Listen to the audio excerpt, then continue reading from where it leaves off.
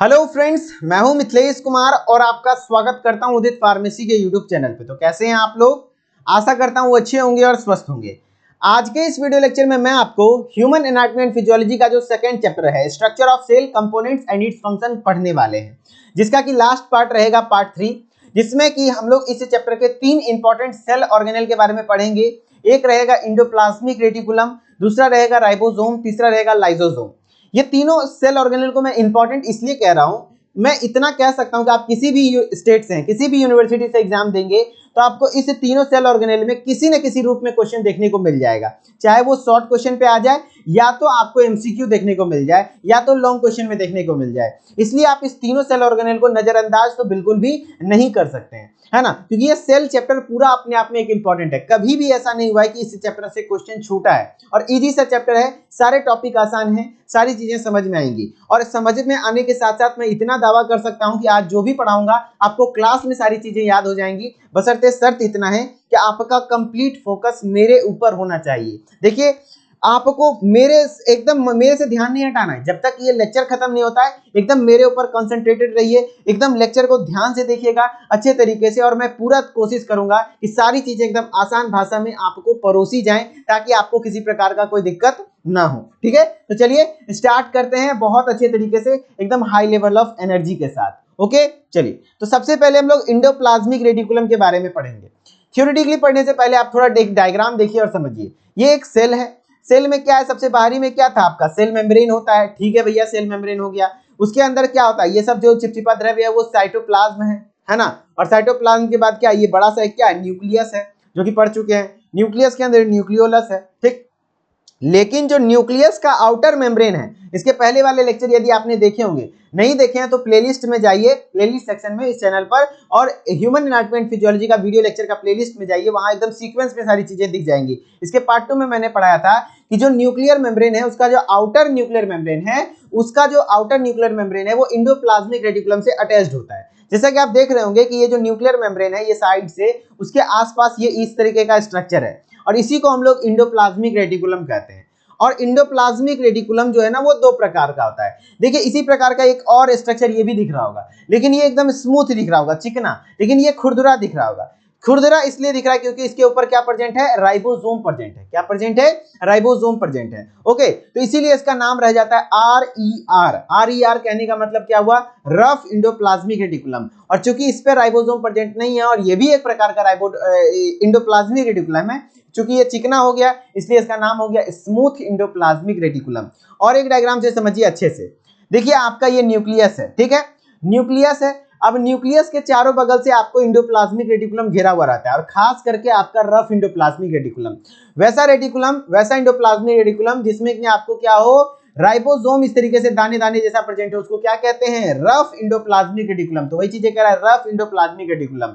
और जिसमें ये प्रेजेंट नहीं है, उसको हम लोग क्या कहते हैं? Smooth endoplasmic reticulum. ओके, तो ये कुछ इस प्रकार से होता है। अब हम लोग बात कर लेते हैं रफ इंडोप्लाज्मिक रेटिकुलम और स्मूथ इंडोप्लाज्मिक रेटिकुलम का मेनली फंक्शन क्या है। तो ये जो इंडोप्लाज्मिक रेटिकुलम है, उसमें जो रफ वाला पार्ट है, इसके ऊपर राइबोसोम है। और राइबोसोम पता है ना किस चीज के सिंथेसिस के लिए हेल्पफुल होता है? किसके लिए? प्रोटीन के लिए। तो जो आपका RER है, यानी रफ इंडोप्लाज्मिक रेटिकुलम, ये भी क्या चीज का सिंथेसिस करेगा? प्रोटीन का। और ये स्मूथ इंडोप्लाज्मिक रेटिकुलम, स्मूथ होता है, चिकना होता है। और कौची चिकना होता है? तेल, घी, मक्खन, यानी कि लिपिड। याद रखिएगा, लिपिड का फॉर्मेशन, स्टेरॉयडल हार्मोन का फॉर्मेशन कौन करता है? लिपिड वगैरह का सिंथेसिस कौन करता है? तो स्मूथ इंडोप्लाज्मिक रेटिकुलम करता है। ठीक है, इसी चीज को अच्छे से समझेंगे कि क्या कुछ चीज से बना हुआ है। ओके, तो चलिए सबसे पहले हम लोग देखते हैं थ्योरेटिकली। अब कहने का मतलब हुआ कि द इंडोप्लाज्मिक रेटिकुलम, यानी ER, अगर कहीं ER बोल दे तो ER मतलब कंफ्यूज नहीं होना है। सेल चैप्टर में ER का मतलब होता है इंडोप्लाज्मिक रेटिकुलम। एक लार्ज सेल ऑर्गेनेल है, बड़ा सेल ऑर्गेनेल है, that is made up of membranes sheath. कई सारे मेम्ब्रेनस शीथ से मिलकर बना हुआ है। देखिए, इस प्रकार से शीथ बना हुआ है ना, कई सारे मेम्ब्रेनस शीथ बने हुए हैं। शीथ मतलब क्या होता है? लेयर बाय लेयर, इस तरीके से बना हुआ है कि नहीं? तो इसीलिए बोला है मेम्ब्रेनस शीथ से मिलकर बना हुआ है, made up of membranes sheath and tubule. और उसके अंदर टिब्यूल भी है भैया। टिब्यूल मतलब नलिका, ये इस प्रकार से नलिका है that begin near the nucleus, जो कि कहां से शुरुआत होता है? न्यूक्लियस के नजदीक से शुरुआत होता है, and extend across the cell, जो कि पूरे सेल में फैला हुआ होता है। ठीक है, the endoplasmic reticulum creates package and secrete many productive cell created by cell. मतलब कहने का जो इंडोप्लाज्मिक रेटिकुलम है कई सारी चीजों को क्रिएट करता है, पैकेज करता है और सीक्रेट करने का काम करता है। ठीक है, अब बात कर लेते हैं इसके स्ट्रक्चर की। जो स्ट्रक्चर है वो इंडोप्लाज्मिक रेटिकुलम का is shaped like a sac, sac के जैसा बना होता है। सैक मतलब उसके अंदर खाली स्पेस इस प्रकार से मेम्ब्रेनस शीथ है ना, ट्यूब्यूल जैसा बना हुआ है, इसी को सैक कहते हैं। Since ER is of 2 types, ये जो इंडोप्लाज्मिक रेटिकुलम है ये कितने टाइप का होता है? 2 टाइप का। कौन कौन सा? एक होता है RER, मेरे साथ बोलिए RER, दूसरा क्या होता है? SER। RER का फुल फॉर्म क्या होता है? Rough endoplasmic reticulum. क्यों इसको रफ कहते हैं? क्योंकि इसके सरफेस पर क्या प्रेजेंट है? राइबोसोम प्रेजेंट है। और SER का फुल फॉर्म क्या होता है? Smooth endoplasmic reticulum. क्यों स्मूथ इंडोप्लाज्मिक रेटिकुलम कहलाता है? क्योंकि इसके सरफेस पर क्या प्रेजेंट नहीं है? राइबोसोम प्रेजेंट नहीं होता है। ठीक है, तो वही बोल रहा है कि 2 टाइप्स का होता है और हर एक का अपना अपना डिस्टिंग्विशिंग फीचर्स है ना, जिसमें कि हम लोग पहले पढ़ेंगे रफ इंडोप्लाज्मिक रेटिकुलम के बारे में, जो कि क्या शॉर्टकट में कहलाता है? RER। क्या कहलाता है? RER कहलाता है। ठीक है, तो कह रहा है the rough endoplasmic reticulum has its name because of its appearance. कहने का मतलब है कि रफ इंडोप्लाज्मिक रेटिकुलम का नाम ही इसलिए है क्योंकि ये दिखता है रफ, है ना। जैसे कभी कभी देखते होंगे कि किसी किसी लड़की का नाम होता है चमेली। काहे कि वो एकदम चमेली जैसी खूबसूरत होती है, और हम जैसे लड़का का गांव में नाम रख देता है कलुआ, काहे कि हम थोड़ा काले हैं दिखने में। बात अलग है कि कैमरे में आपको गोरे दिखते होंगे, लेकिन वास्तविकता से मैं पूरे तरीके से सहमत हूं कि वास्तविकता में तो मैं काला हूं। तो लोग मेरे अपीयरेंस के नाम के अकॉर्डिंग मेरा नाम रख दिए कलुआ। कोई लड़की एकदम खूबसूरत है तो चमेली, गेंदा, है ना, तो ये सब नाम रखता है उसका। तो अपीयरेंस के अकॉर्डिंग इसका नाम रखा गया है रफ इंडोप्लाज्मिक रेटिकुलम। ठीक है, क्योंकि ये रफ दिखता भी है। क्यों रफ दिखता है बाद में पता चलेगा, पहले ही बता दिया हूं क्योंकि उसके सरफेस पर क्या प्रेजेंट होता है? दानेदार राइबोसोम प्रेजेंट होता है। It is a chain of connected flattened sac having several ribosomes on its outer surface. कह दिया ना, इसके आउटर सरफेस पर क्या प्रेजेंट होता है? राइबोसोम प्रेजेंट होता है। और ये क्या सिंथेसाइज करता है? It synthesize and secrete protein. ये क्या सिंथेसाइज करता है? प्रोटीन सिंथेसाइज करता है। और जो ये रफ इंडोप्लाज्मिक रेटिकुलम है is prominent in cell where protein synthesis happen. कहने का मतलब हुआ कि जो रफ इंडोप्लाज्मिक रेटिकुलम है जहां पे कि आपका क्या होता है? प्रोटीन सिंथेसिस ज्यादा होता है, वहां पाया जाता है। जैसे कि आपके हिपैटोसाइट में, हिपैटोसाइट क्या है? आपका जो लीवर का सेल कहलाता है वो क्या कहलाता है? हिपैटोसाइट कहलाता है। ठीक है, चलिए अब बात कर लेते हैं स्मूथ इंडोप्लाज्मिक रेटिकुलम की। इसको हम लोग SER कह सकते हैं शॉर्टकट में। ठीक है, अब ये smooth endoplasmic reticulum on the other hand does not have ribosome, that is why name is smooth endoplasmic reticulum. कहने का मतलब हुआ कि स्मूथ इंडोप्लाज्मिक रेटिकुलम का स्मूथ इसलिए है, नाम इसलिए स्मूथ पड़ा क्योंकि इसके सरफेस पर राइबोसोम नहीं प्रेजेंट होता है। कह रहा है ना, डज नॉट हैव राइबोसोम, नहीं होता इसके पास ribosome. The smooth endoplasmic reticulum has a tubular structure. इसमें कई सारे ट्यूबुलर स्ट्रक्चर होते हैं इस प्रकार से। सही बात है भैया। It participate in the production of lipid, मैंने बोल दिया। तो कौन सा लिपिड? फॉस्फोलिपिड, जो कि ऐसा फॉस्फोलिपिड पता है ना, पूरा सेल मेम्ब्रेन किससे बना हुआ है? फॉस्फोलिपिड से। तो phospholipid the chief lipids in cell membrane, जो कि सेल मेम्ब्रेन का मुख्य लिपिड है वो फॉस्फोलिपिड है। And is essential in the process of metabolism, और जो मेटाबॉलिज्म के प्रोसेस में इसेंशियल होता है। अब कहते हैं smooth endoplasmic reticulum transport the product of the rough endoplasmic reticulum to other cellular organelle specially Golgi apparatus. कहने का मतलब हुआ कि जो स्मूथ इंडोप्लाज्मिक रेटिकुलम है वो ट्रांसपोर्ट करता है प्रोडक्ट को रफ इंडोप्लाज्मिक रेटिकुलम से अदर सेलुलर ऑर्गेनेल तक। कहां तक? अदर सेलुलर ऑर्गेनेल तक, खास करके गोल्जी एपरेटस तक। ठीक है, चलिए अब बात कर लेते हैं कुछ इस प्रकार से वही चीजें थी कि ये जो आपका न्यूक्लियस था, न्यूक्लियस के चारों ओर आपका रफ इंडोप्लाज्मिक रेटिकुलम होता है, ये स्मूथ इंडोप्लाज्मिक रेटिकुलम होता है। अब मैं पूछ रहा हूँ रफ इंडोप्लाज्मिक रेटिकुलम रफ क्यों होता है? क्योंकि ये दिखता रफ है, अपीयरेंस इसका रफ है, इसलिए रफ है क्योंकि इसके सरफेस पर राइबोसोम प्रेजेंट होता है, जबकि इसमें नहीं होता है। और ये किसके लिए रिस्पॉन्सिबल है? लिपिड और स्टेरॉइडल हार्मोन के सिंथेसिस के लिए, जबकि आपका RER प्रोटीन सिंथेसिस के लिए। अब एक समस्या लगातार आ रही है कि आप लोग बोल रहे हैं कि सर आप लगातार पढ़ा रहे हैं, और कई सारे बच्चे तो हमारे साथ पेड क्लासेस में हैं, तो उनके साथ तो रेगुलर 1-to-1 बातचीत हो जाती है।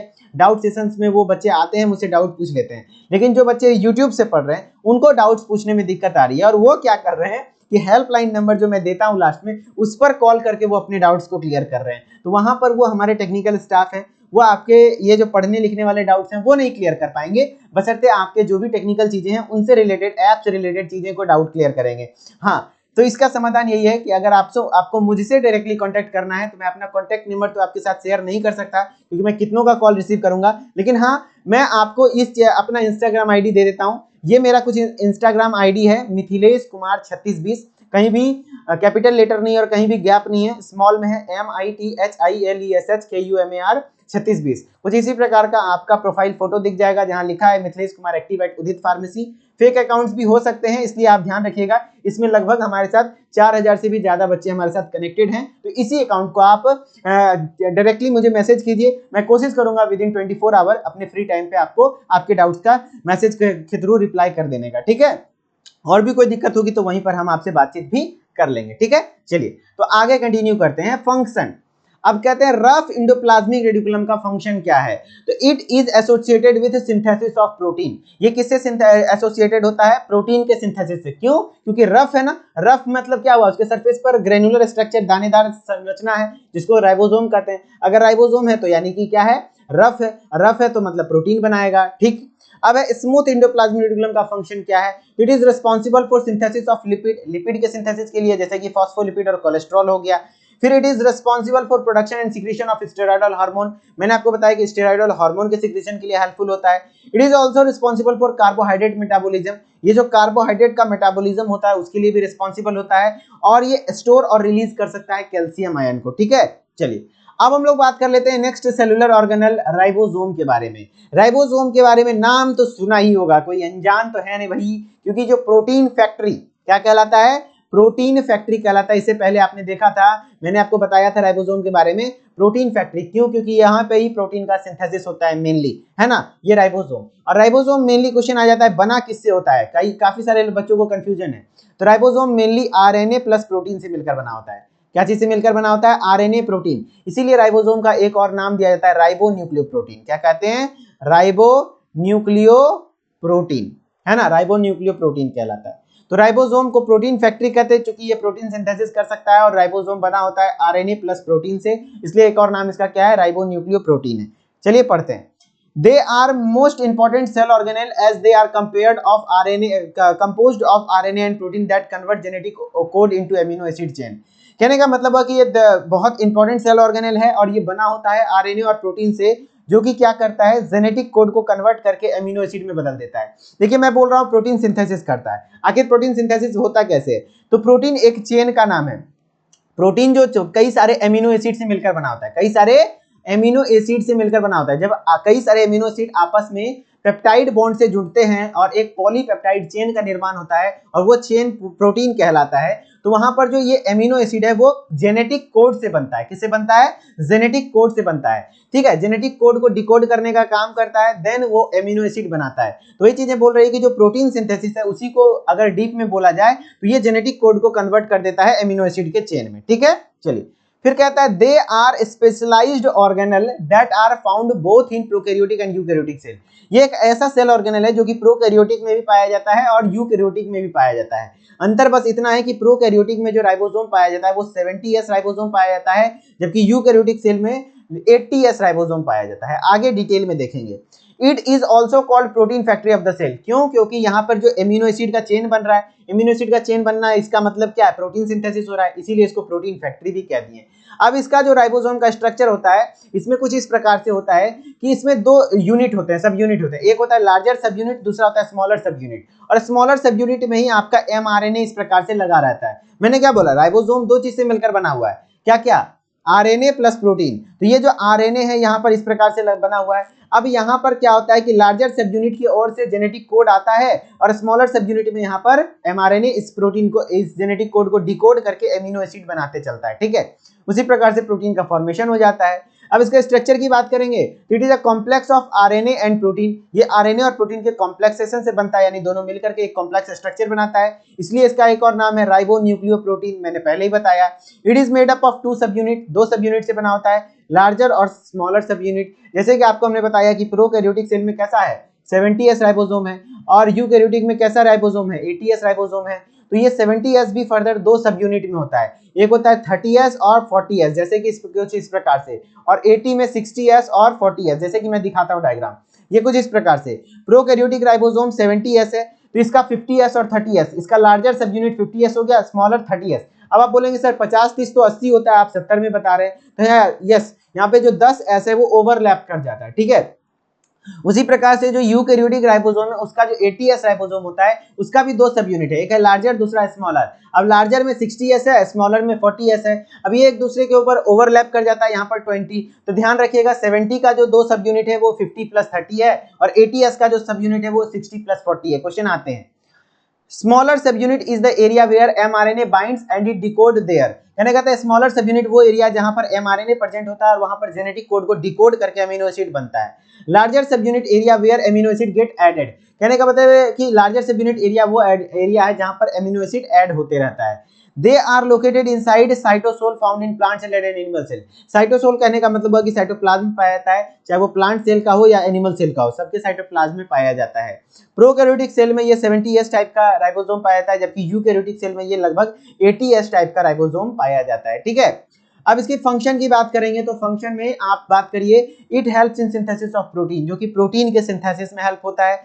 They help in assembling of amino acid to form protein, ये एमिनो एसिड के असेंबल करके प्रोटीन बनाने का काम करता है, यानी कई सारे एमिनो एसिड को एक जगह असेंबल करेगा और वो चेन का फॉर्मेशन करेगा। और क्वेश्चन पूछा जाता है जो प्रोटीन का पॉलीमर, प्रोटीन एक पॉलीमर है, इसका मोनोमर क्या है, किससे, इसकी इकाई क्या है, इसकी इकाई है एमिनो एसिड, याद रखिएगा। और कई सारे एमिनो एसिड आपस में किस बॉन्ड के थ्रू जुड़े होते हैं, तो पेप्टाइड बॉन्ड के थ्रू जुड़े होते हैं, ठीक है, ध्यान रखिएगा। तो इस प्रकार से आपका राइबोसोम भी खत्म हो गया। अब लास्ट सेल ऑर्गेनेल है लाइसोसोम। अब कई सारे बच्चे कहते हैं कि सर जिस प्रकार से आप YouTube पे पढ़ा रहे हैं इसी प्रकार से क्या पूरा सिलेबस आप पढ़ा सकते हैं, तो आपको यदि पूरा सिलेबस सही तरीके से पढ़ना है तो आप हमारे ऐप पर आइए, वहां पर आपको जैसे कोर्स परचेज करेंगे पूरा सिलेबस रिकॉर्डेड क्लासेस के माध्यम से सारे टीचर्स के थ्रू आपको पढ़ाया हुआ है एकदम इसी प्रकार से। और लाइव में मैं अभी डाउट सेशन लेता हूं और जनवरी से आपको डेली लाइव क्लास करके पूरा सिलेबस पढ़ाया जाएगा, यानी रिकॉर्डेड में पढ़ाया ही जा रहा है, साथ ही साथ आपको लाइव क्लास के द्वारा 2 बार सिलेबस खत्म किया जाएगा और रिकॉर्डेड से 1 बार, यानी 3 बार टोटल सिलेबस खत्म करके आपको एकदम चीजें रटवा देंगे पूरा सिलेबस। बशर्ते आपको ऐप पर आना पड़ेगा सारी चीजों के लिए, ठीक है। वैसे मैं कोशिश कर रहा हूं कि YouTube पे भी थोड़ा बहुत आपको पढ़ाया जाए। They are generally known as suicidal bag of the cell. सही बात है भैया कि लाइसोसोम को सेल का आत्महत्या का थैली कहते हैं, यानी कि जो सेल का जो सुसाइड होता है यानी ऑटोलाइसिस होता है, सेल को खुद डाइजेस्ट कर देता है, कौन, लाइसोसोम, इसीलिए इसको हम लोग suicidal bag of the cell कहते हैं। And it contains hydrolytic enzyme. ये ऐसा इसलिए कर पाता है क्योंकि इसके अंदर कई सारे पावरफुल हाइड्रोलाइटिक एंजाइम्स होते हैं, लगभग 30 से भी ज्यादा प्रकार के हाइड्रोलाइटिक एंजाइम होते हैं। और ये सिर्फ सुसाइडल बैग ही नहीं काम करता है, सेल को ही डाइजेस्ट नहीं करता है, बल्कि कोई फॉरेन मटेरियल वगैरह जो सेल में एंटर करता है उसको भी डाइजेस्ट करने का काम करता है ना। तो ये कुछ अच्छे काम भी करते हैं। When it's lysis occur then enzyme eat up their own cell. कहने का मतलब जब लाइसिस ऑकर होता है, लाइसिस मतलब होता है ब्रेकडाउन, कहीं भी ब्रेकडाउन होता है तो वो एंजाइम्स क्या करता है, उसके ओन सेल को खा जाता है, डाइजेस्ट कर देता है, ठीक है। Lysosome word come from Greek word lysis. Lysosome को किस वर्ड से मिलकर बना हुआ है, लाइसिस से। लाइसिस का मतलब होता है ब्रेकडाउन, यानी किसी भी चीज का टूटना, ठीक है। तो इसीलिए इसको suicidal bag of the cell भी कहते हैं। अब इसका फंक्शन क्या है, lysosome are without any characteristic shape और स्ट्रक्चर। इसका कोई स्पेसिफिक शेप और स्ट्रक्चर नहीं होता है, ऐसे ग्रैनुलर और ग्लैंडुलर शेप का होता है, गोल गोल होता है। They are found in globular और ग्लैंडुलर शेप, जैसे कि कुछ इस प्रकार से आपका होता है। ये लाइसोसोम है, सिंगल मेम्ब्रेन बाउंड स्ट्रक्चर है, ये आपस में मेम्ब्रेन है।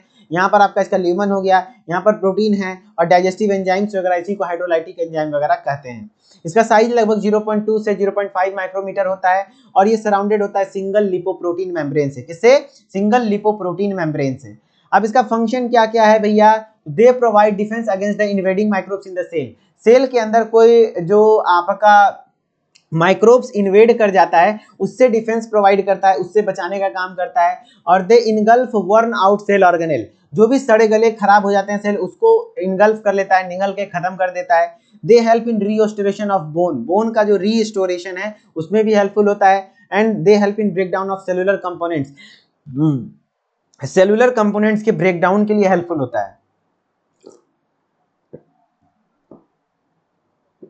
समझ रहे हैं, सॉरी थोड़ा सा मेरा गला लटक गया था, अभी गला अटक गया था। It helps in breakdown of cellular component, cellular component के ब्रेकडाउन में हेल्पफुल होता है। They cause the sperm to penetrate into ovum, कहता है जो ये ओवम में जो फर्टिलाइजेशन के टाइम पे स्पर्म पेनिट्रेट कर पाता है, किस वजह से, इसी के वजह से, लाइसोसोम के प्रेजेंस की वजह से। दे help in dissolving the clot, ये जो क्लॉट बन जाता है, क्लॉट को डिसॉल्व करने में भी, रक्त का जो थक्का बन जाता है उसको डिसॉल्व करने में भी काफी हेल्पफुल होता है। तो काफी सारे ऐसे कुछ इस प्रकार से थे। लाइसोसोम मैंने पढ़ा दिया, राइबोसोम पढ़ा दिया और एंडोप्लाज्मिक रेटिकुलम पढ़ा दिया। सारी चीजें आपको अच्छे से समझ में आई होंगी। और आपको कोई डाउट होगा तो आप इस इंस्टाग्राम आईडी का स्क्रीनशॉट लेकर के सर्च कर सकते हैं और वहां से फॉलो करके, आप फॉलो करें ना करें, आप जो भी डाउट्स है उससे सॉल्व कर सकते हैं। वो लगभग 4-5 हजार बच्चे मेरे साथ कनेक्टेड हैं, आप भी आ सकते हैं। ठीक है, चलिए कुछ क्वेश्चन रखा हूं वो भी कर लीजिए। Eighty S ribosome occur in, eighty S ribosome किसमें पाया जाता है? Eukaryotic cell of animal, eukaryotic cell of animal and plant, both eukaryotic cell and prokaryotic cell, all of the above. कई सारे बच्चे फंस जाएंगे, तो ऑल ऑफ द अबव तो होगा नहीं, यूकैरियोटिक और प्रोकैरियोटिक सेल तो होगा नहीं, इसीलिए ऑल ऑफ द अबव नहीं होगा। अब सिर्फ यूकैरियोटिक सेल एनिमल में ही सिर्फ एटीएस पाया जाता है? नहीं, प्लांट हो या एनिमल हो, सबके यूकैरियोटिक सेल में एटीएस ही पाया जाता है ना। और यूकैरियोटिक दो टाइप का होता है, तो ये ऑप्शन नहीं होगा भैया, ये आंसर होगा, क्योंकि एनिमल हो या प्लांट सेल हो, दोनों के आपके जो सेल में राइबोसोम है वो एटीएस प्रकार का ही है। ठीक है, प्रोकैरियोटिक में 70S है। चलिए, अगर इसी प्रकार से आप पूरा सिलेबस पढ़ना चाहते हैं तो आप हमारे ऐप को इंस्टॉल कीजिए और वहीं पे आपको डी फार्मा फर्स्ट ईयर का हमारा वीडियो लेक्चर का कोर्स है, इसको परचेज कर लीजिए। मात्र 1499 रुपए में साल भर की वैलिडिटी के साथ आपको रिकॉर्डेड क्लासेस पूरे सिलेबस का मिल जाएगा। Live classes, live doubt session weekly मैं आता हूं लाइव, वहां से आप मुझे डायरेक्टली बात करके अपने डाउट्स को क्लियर कर सकते हैं। और जनवरी से डेली लाइव क्लास स्टार्ट हो जाएगी। ई बुक, पीडीएफ नोट्स आपको अवेलेबल हो जाएगा। साथ ही साथ आपको चैप्टर वाइज एक्सरसाइज अवेलेबल हो जाएगा, चैप्टर वाइज टेस्ट अवेलेबल हो जाएगा, जिससे कि आपको ऐसा अनुभव, मतलब क्वेश्चन के सारे चैप्टर्स के क्वेश्चन, इंपॉर्टेंट क्वेश्चन पता चल जाएंगे। टेस्ट देंगे तो आपको ये पता चल जाएगा कितना नॉलेज है। और बाइलिंगुअली जैसे यहाँ पर पढ़ाया जा रहा है, बिल्कुल इसी प्रकार से आपको पढ़ाया जाता है पांचों सब्जेक्ट का। और यदि आप बुक मंगवाना चाहते हैं तो हमारे साथ इस फर्स्ट ईयर के एग्जाम गाइड को भी मंगा सकते हैं। मोटी मोटी किताब यदि आपको पढ़ने की इच्छा नहीं है, कम समय में आप बेहतर मार्क्स लाना चाहते हैं, तो इंपॉर्टेंट क्वेश्चंस के साथ आपको हमारे इस पांचों सब्जेक्ट का बुक मंगाने लेना चाहिए, जो कि सेट है। और ये भी बहुत कम प्राइस में पांचों बुक आपके घर तक पहुंच जाएगा। थ्योरी, मॉडल पेपर सब कुछ है यहाँ पर बहुत अच्छे तरीके से, है ना, फ्री डिलीवरी चार्ज के साथ। ओके, यदि आप इंटरेस्टेड हैं तो प्ले स्टोर पे जाइए, देन उदित फार्मेसी आपको इंस्टॉल कीजिए। इंस्टॉल करने के बाद आप नाम, ईमेल आईडी डाल के लॉगिन कीजिए और लॉगिन करने के बाद स्टोर वाले सेक्शन में आइए। और स्टोर वाले सेक्शन में आपको बुक लेना हो या फर्स्ट ईयर, सेकंड ईयर या फिर कोई भी कोर्स वगैरह हो, उसको परचेज कर सकते हैं। और किसी प्रकार का कोई दिक्कत हो तो इस नंबर पर आप कॉल कर लीजिए सुबह 8 बजे करके शाम के 6 बजे तक, टेक्निकली, है ना, ऐप से रिलेटेड, तो आपको जानकारी यहाँ से मिल जाएगी। अदरवाइज कोई आपको पढ़ाई लिखाई से डाउट है तो मैंने आपको आईडी दे दिया है, उस आईडी से आप मुझे फॉलो करके वहां से आप अपने क्वेरीज को क्लियर कर सकते हैं। ठीक है, चलिए, आई होप कि आज का लेक्चर आपको समझ में आया होगा और अच्छा लगा होगा। अगर अच्छा लगा तो प्यारा से एक कमेंट जरूर कर दीजिएगा। आपका एक एक कमेंट मैं पढ़ता हूं, मुझे बहुत अच्छा लगता है। अगर अच्छे कमेंट्स होते हैं तो मुझे और भी क्लासेस लेने का इच्छा बहुत ज्यादा बढ़ता है। ठीक है, ओके, चलिए तो मिलते हैं नेक्स्ट वीडियो में, तब तक के लिए धन्यवाद। Okay, bye bye.